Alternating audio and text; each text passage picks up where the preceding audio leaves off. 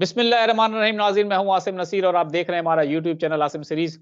नाज़रीन, मेरे साथ मौजूद है मशहूर और मारूफ एस्ट्रोलॉजर, बिजनेस कंसल्टेंट और इस्लामिक स्कॉलर मोहम्मद उसामा अली। नाज़रीन, उसामा साहब के साथ हम गाहे बगाहे वीलॉग करते रहते हैं और डेली बेसिस पे कोशिश करते हैं कि आपको ताज़ा तरीन सूरत हाल से आगाह भी करें और उसामा साहब की पेशन गोइयां भी लें, जो कि तकरीबन इस वक्त दुरुस्त होती चली जा रही हैं। एक के बाद एक पेशन गोई, हमने बहुत सारी पेशन गोइयां की, अब हम उसकी एक हिस्ट्री है वो तो अब इस वक्त नहीं बताना चाहते, क्योंकि बहुत सारे लोग कहते हैं कि आप क्लिप लगाएं। हमने 2 दिन पहले एक वीडियो जो उसामा साहब ने की थी उसका क्लिप भी लगा दिया था सबूत के तौर पे, इमरान खान की रिहाई के हवाले से जो सुप्रीम कोर्ट ने फैसला दिया। उसामा साहब, हम आगे बढ़ेंगे आपके साथ, लेकिन उससे पहले नाज़रीन, जिसने अभी तक हमारे चैनल को सब्सक्राइब नहीं किया तो बराए मेहरबानी हमारे चैनल को सब्सक्राइब भी कर दें। उसामा साहब, पीटीआई से बल्ले का निशान जो है वापस ले लिया गया है। इस पे बहुत सारे लोगों ने वीलॉग्स किए, हमने भी किया, लेकिन अब जो है पाकिस्तान तहरीक इंसाफ अदालतों में पहुंच चुकी है। अदालतों में उसने केस जो है फाइल कर दिए हैं, अदालतों तक चली गई है। अब आपको क्या लगता है, आपने हमेशा एक बात की है कि पाकिस्तान तहरीक इंसाफ जो है, इमरान खान जो है, उनकी लीगल साइड बड़ी स्ट्रांग है। आप क्या समझते हैं, तहरीक इंसाफ को इस इलेक्शन में बल्ले का निशान वापस मिलता नजर आ रहा है आपको? बिस्मिल्लाहिर्रहमानिर्रहीम, अल्लाहुम्मा सल्ली अला मोहम्मद व अला आले मोहम्मद। देखें, जो खान साहब की लीगल साइड मैंने आपको हमेशा बताया है कि वो मजबूत है। इमरान खान की लीगल साइड मजबूत है, और मैंने ये भी आपको कई आपके उसमें एक्सप्लेन किया है कि जिस केस में उनके साथ कोई शख्स है या कोई और इन्वॉल्व है, वो केस खान साहब की जैसे कहते हैं तगड़े होने की वजह से निकल जाए तो निकल जाए, वरना वो अगर जैसे कहते हैं मनहूस ज्यादा हुआ जो उसके साथ शामिल हो सकता है, तो ये पॉसिबिलिटी है कि वो फंस जाए। लेकिन खान साहब की अपनी स्ट्रॉन्ग साइड है जाती तौर पे, और जाती आपको अब यकीन आ गया होगा, शायद आप लोग भी सुन सुन के पक जाते होंगे। आप मई से शुरू हुए, बस जी मल्टी कोर्ट्स आ गई, अब जी साइफर हो गया, अब तो ताहियात यूं और फांसियां लग जाएंगी, क्या हुआ, कहाँ गई कहानियां। अब भी यही बात है कि आपको देखते जा रहे हैं। फिर आपको याद है मैं स्टेप बाय स्टेप बताता था, मैंने कहा छोटी कोर्ट से बड़ी में जाएगा, वहां से एंड पे इवन अभी सदर पाकिस्तान तक तो गया ही नहीं मामला। आखिरी तो वो भी बैठा है फाइनल खेलने के लिए। जब सुप्रीम कोर्ट से भी रिजेक्ट होगा तो वो ठीक कर देगा ऊपर। अब आ जाए कि ये जो माहौल बिल्ड हुआ है ना, ये देखिए इंडिविजुअल्स अपने अपनी performances with in the bosses number बनाने के लिए ये सब हो रहा है। लेकिन एक लार्जर जो पैराडाइम में अगर इसको देखें तो इसका नुकसान जो है वो बहुत ज्यादा है। और ये कहानी कहीं रिजेंबल कर रही है जिस तरह का ईस्ट इंडिया कंपनी थी, तो आगे भी आपको याद है हिंदू सिख मुसलमान सारे अपने ही लोग होते थे, उधर भी अपने ही होते थे। अब भी कोई ऐसा माहौल क्रिएट हो रहा है जैसे कि इसको रूल आईएमएफ और उससे ऊपर इंटरनेशनल कुव्वतें कर रही हैं, और आगे आप हम ही मतलब वो है दस्तो गिरेबान। बल्ले का निशान जो है पॉसिबिलिटी है, जिस तरह का शोर शराबा या जिस तरह का अनरेस्ट मैं देखता हूँ, अगर तो मैं उसको देख के, क्योंकि देखिए इसको, क्योंकि ये जाती खान साहब का वो नहीं है, मतलब बात समझें कि ये खान साहब के बर्थ चार्ट का मैटर नहीं है बल्ला जो है। और ये जो मैटर है इसको दो तरीकों से पकड़ने की कोशिश करते हैं। एक तो ये है कि जिस तरह का अनरेस्ट मैं आगे देख रहा हूं, अगर उसको देखूं तो लगता है कि बल्ले का निशान नहीं होगा। अगर मैं थोड़ा सा पॉजिटिव हो जाऊं और मैं सीक्वेंस को यूं समझूं कि ये वजह नहीं है, मतलब जैसे कहते हैं ना कि थकाना, लिंगर ऑन करना, जो अब तक की प्रैक्टिस को देखें तो उससे लगता है कि ये जो बल्ले का निशान है सुप्रीम कोर्ट दे देगी। अगर वो उसके पास जाएंगे तो पॉसिबिलिटी है कि वो उसको दे दें। लेकिन बात लोग कहेंगे कि ये कैसी प्रेडिक्शन हुई। देखिए सिचुएशन ऐसी है कि इसमें प्रेडिक्शन से ज्यादा कंफ्यूजन इतनी ज्यादा है कि जो असल मुंह से निकालने की बातें हैं वो तो हम अभी भी नहीं निकाल पा रहे प्रोग्राम में भी, जो कहनी चाहिए या बतानी चाहिए। तो फिर अब जब उसको हम कवर करके कुछ बताने की कोशिश करते हैं तो वो ऐसा ही मुरब्बा सा बनता है जो पेश किया जा रहा है, एक ब्रेनस्टॉर्मिंग का अमल है। कट दी जैसे कहते हैं ना शॉट, इसको लगता है कि मतलब बल्ले का निशान होगा, एक उस साइड को देखें, अगर खान साहब की लीगल साइड को देखें कि चलो मान लें कि खान साहब का बल्ला है, अगर तो खान साहब का बल्ला है तो फिर तो ये बच सकता है, उसको कुछ नहीं होगा। लेकिन जो मैं शोर शराबा या आगे का जो जनवरी का अनरेस्ट और वो सारी चीजें देख रहा हूँ, उससे ऐसे लगता है कि ये जो अब तक की रवैया इख्तियार किया गया है या जो भी सारा, तो ये पॉसिबिलिटी है कि इनको बल्ले का निशान ना मिले, उसके बाद ये एक स्ट्रगल करें और उस स्ट्रगल के नतीजे में अवाम जो है बजाते खुद रिएक्शन दे।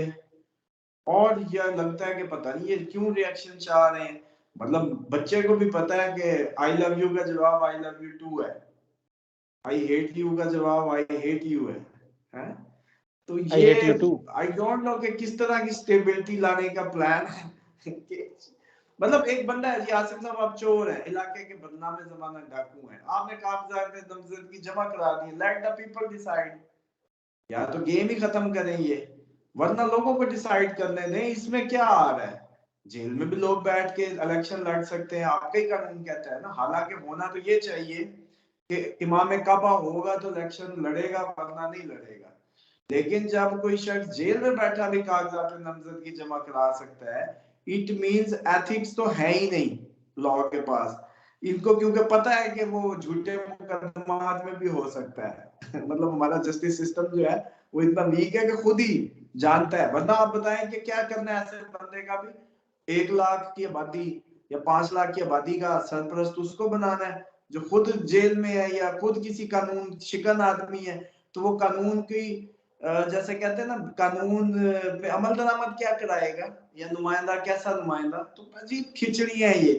तो बहरहाल इसमें यह है कि अगर खान साहब का बैट बर्थ चार्ट से देखें, अगर उनकी बात को मान लिया जाए और मान लिया जाए कि खान साहब इसके एप्लीकेंट हो इस बैट वापस लेने के, तो फिर तो ये बैट वापस आएगा। अगर इसके एप्लीकेंट खान साहब नहीं है, इमरान खान के सिग्नेचर से ये एप्लीकेशन नहीं होती। ये देखा ना, मैं बात करते करते अब उधर तक पहुंच गया हूँ कि क्या अब इसका हल है। अगर तो आप पता कर लें खान साहब ने इसकी एप्लीकेशन खान साहब की तरफ से गई आगे अपील में, तो ये हक में आएगा, बैट वापस आ जाएगा।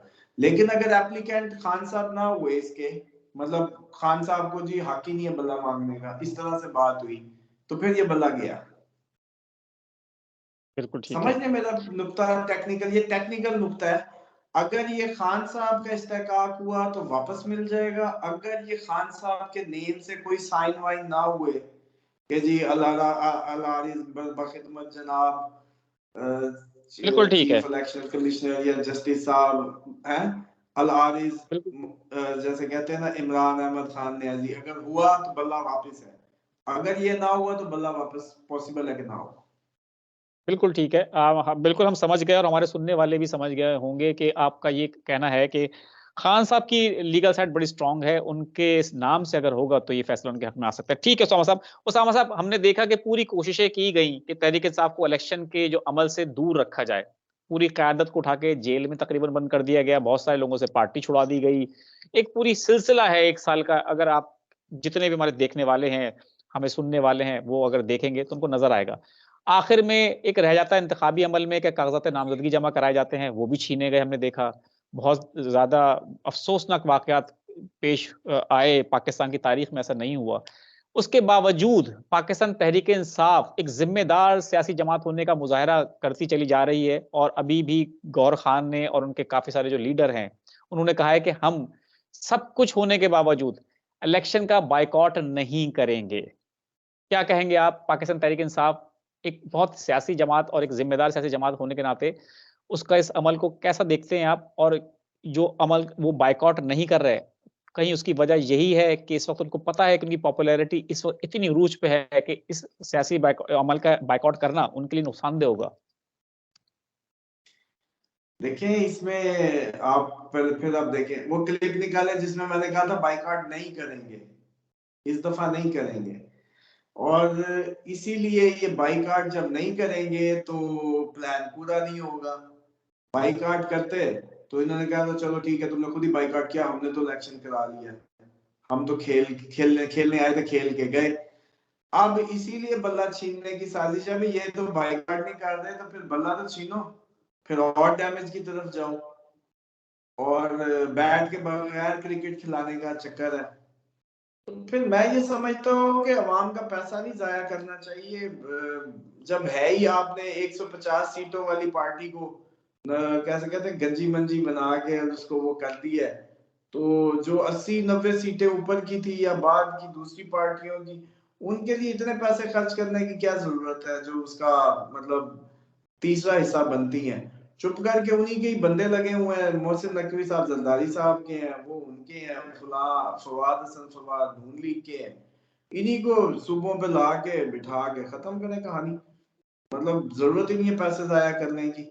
अगर आपने एक इतनी बड़ी जमात को सर्कल से बाहर निकालना है तो फिर ऐसा इलेक्शन भी लड़ा के आपने क्या करना है। और इतने आप लोग लॉ अबाइडिंग और रहते नहीं, बड़े कानून परस्त, कानून की उसमें जैसे कहते हैं ना बुक, लॉ बुक के अबाइडिंग। तो आप छोड़े पड़े, माजी में भी आप लोगों ने जो जिंदगी गुजारी है पाकिस्तान ने हिस्ट्री में देखा है सब कुछ, तो अब भी सही पैसा तो बचाएं। इस टाइम पैसे नहीं है हमारे पास, ऊपर से भीख देने को भी कोई नहीं है, कोई नया वेंचर भी खिते में नहीं है जिसकी वजह से हम कोई वो जैसे कहते हैं कि पैसे मांग लें और उसके चक्कर में हमारे को 2-4 साल अच्छे गुजर जाए। तो पैसे बचाएं, मुझे तो लगता है इस बिल्कुल ठीक टाइम है। पैसे बचाने चाहिए। बिल्कुल ठीक है। इस वक्त पाकिस्तान को बहुत ज्यादा जरूरत है पैसों की। जो जितने अरबों रुपए का खर्चा कर रहे हैं और जिस तरह से कर रहे हैं, उससे तो बेहतर यही है। उसामा साहब का कहना बिल्कुल दुरुस्त है कि जिसको भी इख्तिदार में लाना है उसको लाके बैठा दें, क्योंकि इस तरह के इलेक्शन तो वैसे भी किसी काम के नहीं है। बहुत बहुत शुक्रिया उसामा साहब। नाज़रीन, हमें कमेंट करके जरूर बताइएगा आपको हमारा आज का व्लॉग कैसा लगा, और पाकिस्तान का जो इस वक्त हालात हैं, पाकिस्तान में जो इंतखाबी अमल है, इससे आप कितने मुतमईन है या इससे आप कितने गैर मुतमईन है, ये हमें कमेंट करके भी जरूर बताइएगा, ताकि हम उसके ऊपर भी एक व्लॉग करेंगे कि लोग और हमारी आवाम किस तरह का सोचती है। आखिर में हमारा वही पैगाम है, मुस्कुराएं, प्यार बांटें और अपने आसपास के लोगों का ख्याल रखें। खुदा हाफिज।